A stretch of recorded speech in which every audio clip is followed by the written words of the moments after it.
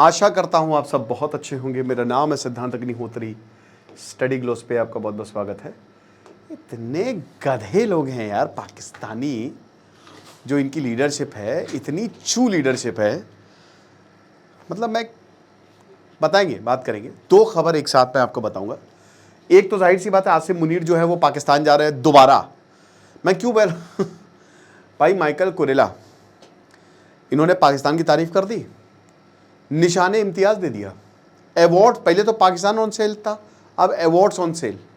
कल ही दोस्तों पाकिस्तान में ज़बरदस्त प्रोटेस्ट हुए हैं। इस्लामाबाद, रावलपिंडी में कर्फ्यू लगा दिया गया था इमरान खान को लेकर। और मुझे मैं यही बोलूँगा कि अगर पाकिस्तान को बचाना है तो इमरान खान को आना ही पड़ेगा। आप समझ लीजिए, वरना बचेगा नहीं ये देश। तो यहाँ पे फिर से अमेरिका, आसिम मुनीर जो है वो पाकिस्तान का लीडर जाएगा अमेरिका, बैठेगा, फिर से बकरा चिकन नोचेगा और फिर कुछ ब्लेंडर करके आएगा। और पीएम मोदी जो हैं वो चाइना जाएंगे। मेरे हिसाब से पीएम मोदी को नहीं जाना चाहिए था, बट कोई बात नहीं, लीडरशिप है, जियोपॉलिटिक्स उनकी है, मेरी नहीं है। आर्टिफिशियल इंटेलिजेंस दुनिया का सबसे सस्ता कोर्स एआई का।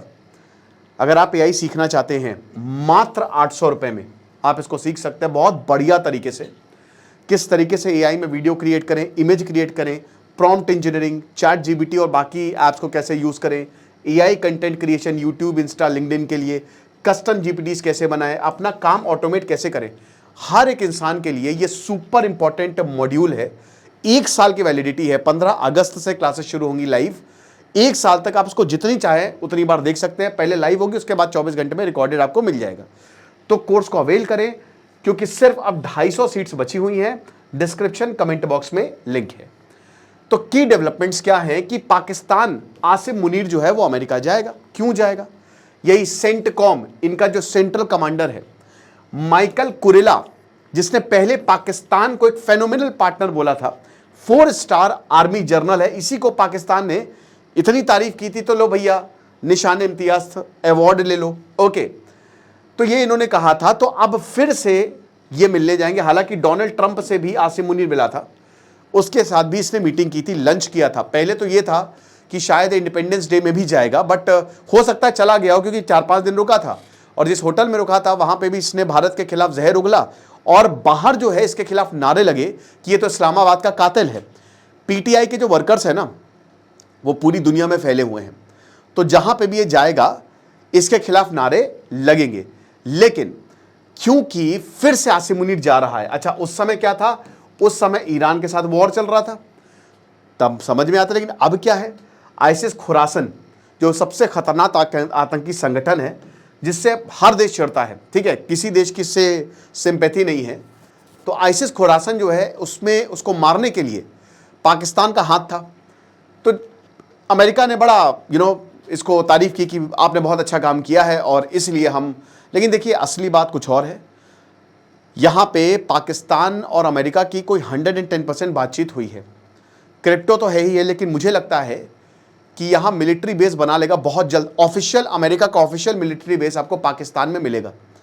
अब जाहिर सी बात है, पाकिस्तान में चाइना बैठा हुआ है, ठीक है, ये बात चाइना को बिल्कुल भी पसंद नहीं आ रही है। दूसरी बात ये है, फिर से आसिम मुनीर को बुलाया गया है, यानी कि एक बात तो साफ है कि जो पाकिस्तान का लीडर है वो शहबाज शरीफ नहीं है, वो आसिम मुनीर है। और शायद तख्ता पलट ना हो लोगों को दिखाने के लिए, क्योंकि शहबाज शरीफ को 4 जूते मार के बैठा दिया गया है कि कुछ बोलना नहीं, कुछ बोलना नहीं, हम ही बोलेंगे बस, ठीक है। इसीलिए 2-3 इनकी मीटिंग भी हो चुकी है आसिफ अली जरदारी से। ओके, तो ये सारी चीज़ें हैं। लेकिन ईरान को लेकर भाई जाहिर सी बात है कि अब वो युद्ध नहीं है, बट कहीं ना कहीं मिलिट्री बेस, ऊपर से जो अभी ऑयल रिजर्व्स की बात की है कि हम तेल निकालेंगे। पाकिस्तान ने बोला ना कि हमने एक बढ़िया ट्रेड डील पाकिस्तान के साथ साइन की है, जो इनका तेल रिजर्व, तेल का भंडार जो कि है नहीं, उसके लिए भी बात हो सकती है। जो क्रिप्टो की जो डोनाल्ड ट्रंप का पर्सनल इंटरेस्ट है, उसके लिए बात हो सकती है। उसके बाद ईरान वाला इशू अभी तक सॉल्व नहीं हुआ है, और इस समय अफगानिस्तान, तालिबान को लेकर भी काफ़ी बातें चल रही हैं, उसको लेकर भी बात हो सकती है। आतंकवाद को लेकर बात हो सकती है, और भारत को लेकर भी बात हो सकती है, क्योंकि जाहिर सी बात है पाकिस्तान भी कुछ अपनी मांगे रखेगा, ठीक है। तो आसिम मुनीर का अमेरिका जाना, एक तो ये भारत के लिए बिल्कुल भी सही नहीं है। बार बार डोनाल्ड ट्रंप से ये बोला जा रहा है, निकी हेली बोल रही है कि भारत इस समय एक बहुत ही इंपॉर्टेंट पार्टनर है। आप उनको ऐसे दूर मत जाने दीजिए। लेकिन डोनाल्ड ट्रंप के पागल आदमी है, दिमाग खराब हो चुका है, ठीक है। अब वही है जो है, आपको एक्सेप्ट करना पड़ेगा। सेकंड पॉइंट बहुत इंपॉर्टेंट है, सेकंड जो न्यूज़ है, नरेंद्र मोदी जो है वो चाइना जाएंगे, ठीक है। अब इससे पहले ब्रिक्स की समिट हुई थी कजान में पिछले अक्टूबर में, जहां पे जिसके बाद डी एस्केलेशन हुआ, ठीक है। 1 घंटे की मीटिंग चली थी वो, नरेंद्र मोदी और शी जिनपिंग डायरेक्ट मिले थे, उस समय व्लादिमीर पुतिन भी थे। अभी जो ब्रिक्स की समिट हुई थी उसमें सिर्फ और सिर्फ शी जिनपिंग नहीं आए थे, सिर्फ नरेंद्र मोदी गए थे और व्लादिमीर पुतिन ने वर्चुअली उस मीटिंग को अटेंड किया था। देखिए उसके बाद से अब अभी जो भारत के ऊपर टैरिफ लगाए गए हैं, उस कंटेक्स्ट में अगर आप देखो ना, तो ये बड़ी इंपॉर्टेंट मीटिंग हो जाती है। क्यों?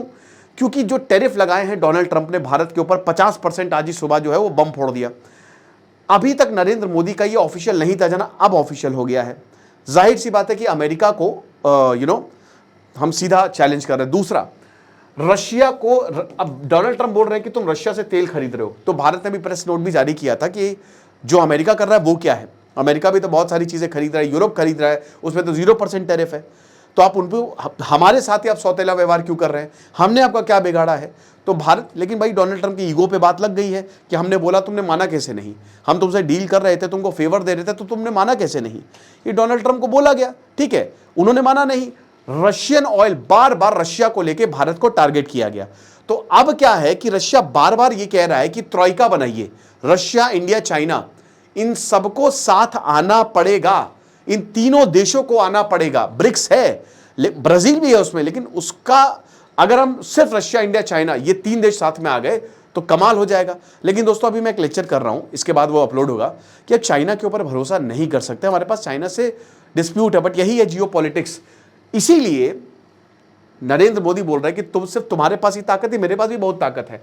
31 अगस्त से लेकर 1 सितंबर तक जो लीडर्स की समिट होगी, ठीक है, वहां पे तियानजिन में जो नरेंद्र मोदी है वो चाइना जाएंगे। अब देखिए, चाइना से अभी तिब्बत का रिसेंट इशू हो गया, दलाई लामा को हमने शरण दी है, उस हिसाब से चाइना भी झुका है। भाई दलाई लामा के पास गए थे, आपको याद होगा अभी किरण रिजिजू, और दलाई लामा को लेकर चाइना कह रहे कि हम चुनेंगे, दलाई लामा कह रहे नहीं नहीं, जो प्रोसेस होता है उसके थ्रू चुनेंगे, उसको लेकर विवाद चल रहा है। तो चाइना भी झुका है, समझिए। इधर अजीत डोभाल रशिया गए हुए हैं, तो ये एक तीनों का ग्रुप बनता हुआ दिख रहा है। और अगर दोस्तों ऐसा हो जाता है तो अमेरिका की बैंड बच जाएगी। अमेरिका में खेती नहीं हो सकती, बहुत चीज़ों की, अमेरिका में केले नहीं उग सकते, और देयर आर मेनी थिंग्स जो अमेरिका नहीं उगा सकता है, जिसकी वजह से उसको इंपोर्ट करवाता है। क्योंकि अगर उसको वो ज़मीन बनानी है, भाई देखो मेक्सिको, आज जो टेक्सास वाला एरिया, कैलिफोर्निया, वो सब मेक्सिको के पास था ना। 1846 में इन्होंने मेक्सिको से वॉर लड़ लिया, वो सारा इन्होंने इलाका छीन लिया है। आज जो अमेरिका बना है, इन्होंने चोरी की है, इन्होंने सब जबरदस्ती, इन्होंने सब कुछ छीना है। वो जमीन उपजाऊ नहीं है। अमेरिका में ऊपर बहुत ठंड पड़ती है, नीचे बहुत गर्मी पड़ती है, बीच में कुछ है नहीं। तो अमेरिका में ऐसी नहीं होती है खेती। खेती को करने के लिए ज़मीन को उपजाऊ बनाना पड़ेगा, जिसमें बहुत खर्चा आएगा। इससे अच्छा तो बाहर से मंगा लो। भारत एक ब्लेस्ड नेशन है, तो यही है कि अगर आप फर्टिलाइजर्स और बाकी चीज़ों पर अगर आप टैरिफ लगाओगे तो आप ही को नुकसान होगा। और इंडिया के पास बहुत सारे अल्टरनेटिव है, पूरी दुनिया मार्केट है। चाइना, रशिया, इंडिया साथ में आ गए तो जाहिर सी बात है ये बहुत ज़्यादा फायदा होगा, ठीक है। स्ट्रैटेजिकली भी शी जिनपिंग के साथ मिलेंगे। जो टेंशन्स की वजह से गलवान के बाद पहली बार ऐसा होगा कि टेंशन्स की वजह से नहीं हो पाई थी, और अब जाके दोनों मिलेंगे, तो साफ साफ ये बताया जा रहा है कि दोनों के बीच में टेंशन बहुत ही ज़्यादा कम होगी। तो 7 साल बाद ये जो मीटिंग है वो होने वाली है। इससे पहले आपको याद होगा कि शी जिनपिंग अहमदाबाद आए थे, वो झूले पे आपने फोटो देखी होगी, जब पीएम मोदी का पहला टर्म था 2014-15 में, राइट, ये चीज़ है। और 2018 में गए थे नरेंद्र मोदी, ठीक है, वो भी जाहिर सी बात है समिट के लिए ही गए थे। लेकिन यार देखो, मैं इसलिए कह रहा हूँ कि नरेंद्र मोदी को नहीं जाना चाहिए था कि चाइना बहुत दिक्कत पैदा करता है। हमको ये नहीं भूलना चाहिए कि पहलगांव में जो हमला हुआ था उसमें चाइना सबसे बड़ा प्लेयर था। चाइना ने लिटरली मदद की थी पाकिस्तान की हमले के लिए, और हम ऑलरेडी कजान में मिल चुके थे। तो चाइना, टर्की और पाकिस्तान, हम 3 देशों के खिलाफ लड़ रहे थे। दूसरी चीज़, हमारे बॉर्डर इश्यूज़ भी अभी बहुत ज़्यादा हैं। ट्रेड का भी इशू दोस्तों चल ही रहा है, बॉर्डर इशू भी अभी तक हमारे रिजॉल्व नहीं हुए हैं। ओके, तो बहुत सारी और भी, फिर दलाई लामा का इशू, कि देखिए इतने बड़े लीडर को नहीं जाना चाहिए, बट ठीक है, जो उन्होंने किया है वो किया है, अब जो है सो है। इंडिया और चाइनीज़ अभी भी 50 से 60 हज़ार दोनों साइड ट्रूप्स डिप्लॉयड है। लेकिन अच्छी बात है कि इंडिया भी लगातार इंफ्रास्ट्रक्चर जो है वो डेवलप कर रहा है।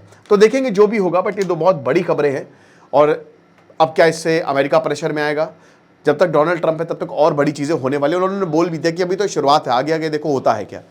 बाकी आप देखिए, आपके साथ बहुत कुछ बढ़िया होने वाला है अगर आप इस मॉड्यूल को ज्वाइन कर लेते हैं। डिस्क्रिप्शन कमेंट बॉक्स में लिंक है, मात्र 250 के करीब सीट्स अभी लेफ्ट है। Thank you so much.